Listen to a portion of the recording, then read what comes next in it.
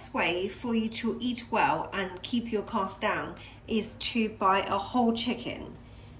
Because if you buy just chicken breast or chicken wings or chicken, parts of the chicken, it has already been processed. So you are end up paying for the labor fees. So with the cost going up, I just want to share with you how we eat and eat well. So this is a free range corn-fed chicken.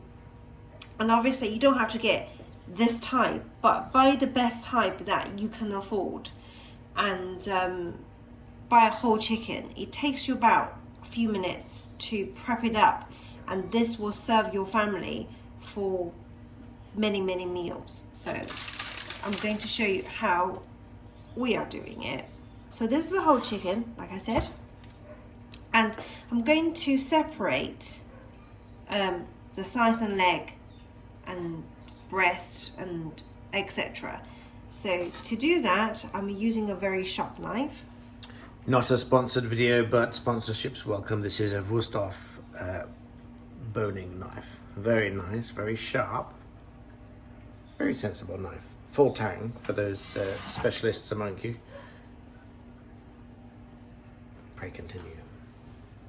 However, if you don't have that, there are many other knives you can choose. For example, this is a cheaper, I think it's a Chinese brand from TK Maxx. It's a folded steel, as you can see from all the folds in the blade.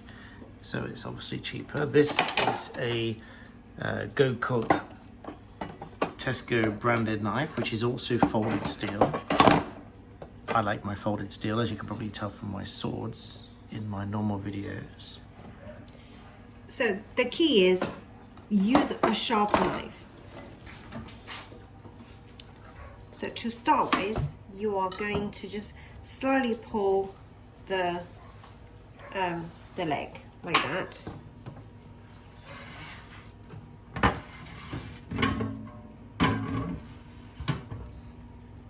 And gently break the skin like that.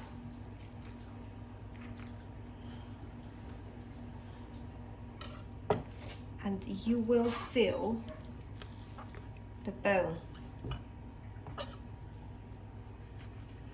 very quickly. The bone is here.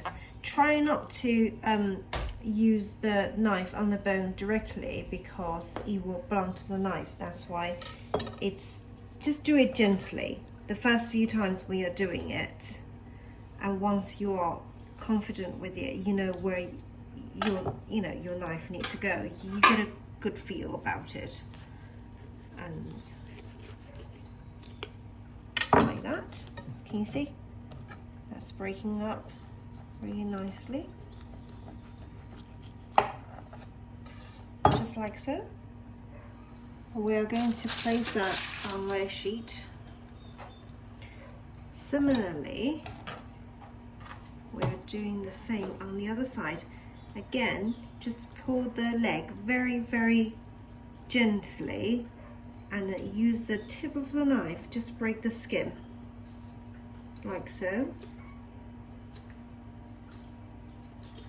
until you feel that you almost hit the bone, but not quite. If you do hit the bone, doesn't matter, but it will blunt the knife over time. But if it's your first few times, doesn't matter. So then you sort of flip that on the side, allow the gravity to do the work a little bit, and just open that up a little bit more.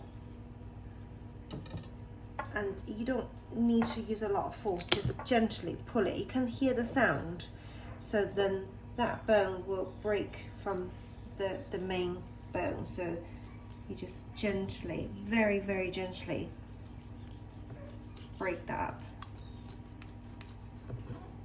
up. And that's another thigh and legs. So that will cook a meal for a family of 3 or 4 very comfortably. So next I'm going to do the wings, which are similar process. Again, pull the wing away from the main body, use the knife very gently. Just use the knife, just let the knife do its work. Can you see it's like pulled out quite neatly, and just cut the sort of a tendon connecting the main wing and the main body, and that's a wing. Sometimes we will save those. We'll save. We'll put them in the freezer for until we have a few of them. So we'll do a barbecue or whatever. So continue the process. Pull it out. As you can see, the gap in between. Just make sure you are pulling very tightly. Use your fingers to pull that. You can hear the breaking. This is not a bone, it's a tendon. Just cut it like that. So that's why a sharp knife is very helpful. So I'm going to put that aside. So I will either use that for soup, or I will save them up when I have about 8 or 10, we'll do a barbecue. So now for the main part, we have the chicken breast. Oh, that's not my blood, it's just the meat. So as you can see, the legs are gone, wings are gone, so make sure, I always say, sit that on a very flat surface. So we are going to deal with the breasts now. You can feel in the middle there's a bone across there. So run your knife as close to the bone as possible, just very gently. It does not matter if it's not too close to the bone. What matters is safety. So the more you do it, the more precise you will get. But if you are using the bone anyway, so it really doesn't matter. Sometimes I intentionally leave some of the meat on here because I'm going to put in the parting here. Because we use the carcass in the pot with some other things later, so it's actually good that it's got a little bit of meat left on it. Okay. But because this has been out for half an hour. Go. So pour the meat to get as close to the bone as you possibly can, but if you are using the bone anyway, it does not matter that if, you know, it's been cleaned. So that's, here you go, that's one beautiful chicken breast that can be used for at least one meal, if not more. If we do a stir fry, that can easily go to serve for a family of 3 or 4. So we are going to continue with this process. This side is easier, as you can see, because you see the bone here already. So I'm just gonna run that through. Use a sharp knife. That's why I prefer to use a knife like that, sharper, so that you can just very gently follow through, follow the bone.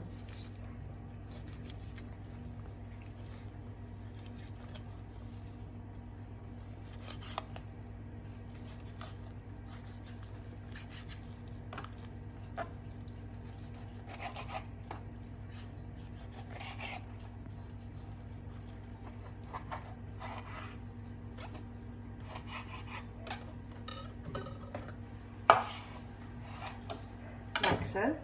So that's another breast. So far we have 2 legs, 2 wings, 2 breast. And you may wonder, what about all these? These are still very meaty. As you can see, the back meat is actually really juicy and beautiful, but because they are so close to the bone, most people don't like them. However, it's really great for you to save it, particularly that chicken fat. Sometimes I will break that up and just do, particularly now we have a oil crisis, so cooking oil crisis. I will use that to just melt it as a cook, just adding to your cooking oil. But for today, for the sake of the video, don't want to complicate things. I'm just going to show you. We are going to put the whole thing in here. But to do that, this is another knife. I like just to break the skin off a little bit so that it will cook. Just use your hand very gently. You don't have to be too hard on, because it's already very brittle, those bones, as you can see.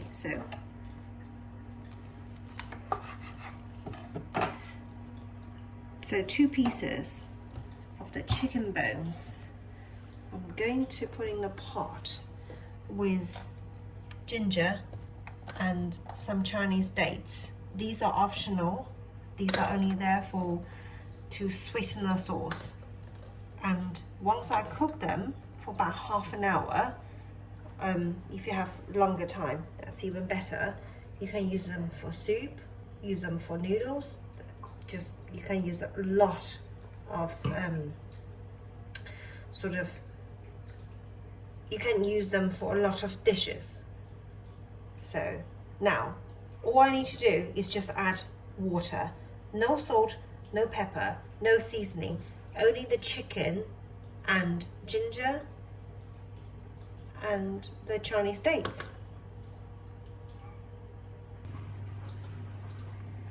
So the next thing we need to do is just to fill the pot with water.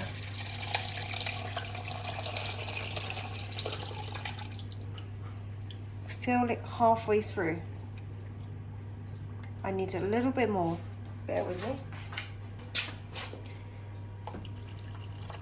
Just sort of 3/4 of the way through, and to make most of the chicken in the broth, like that.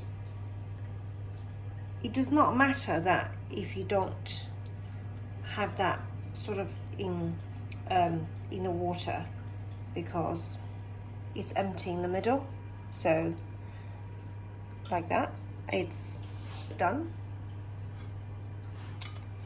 Put the lid on.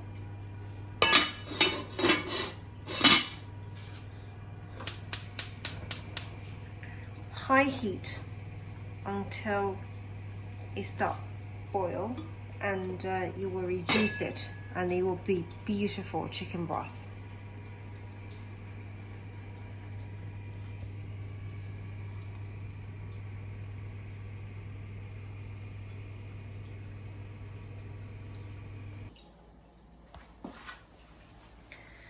It's about 10-15 minutes in. It's boiling beautifully. As you can see, it's cooking. So just leave it be for another 20 minutes or however long you have.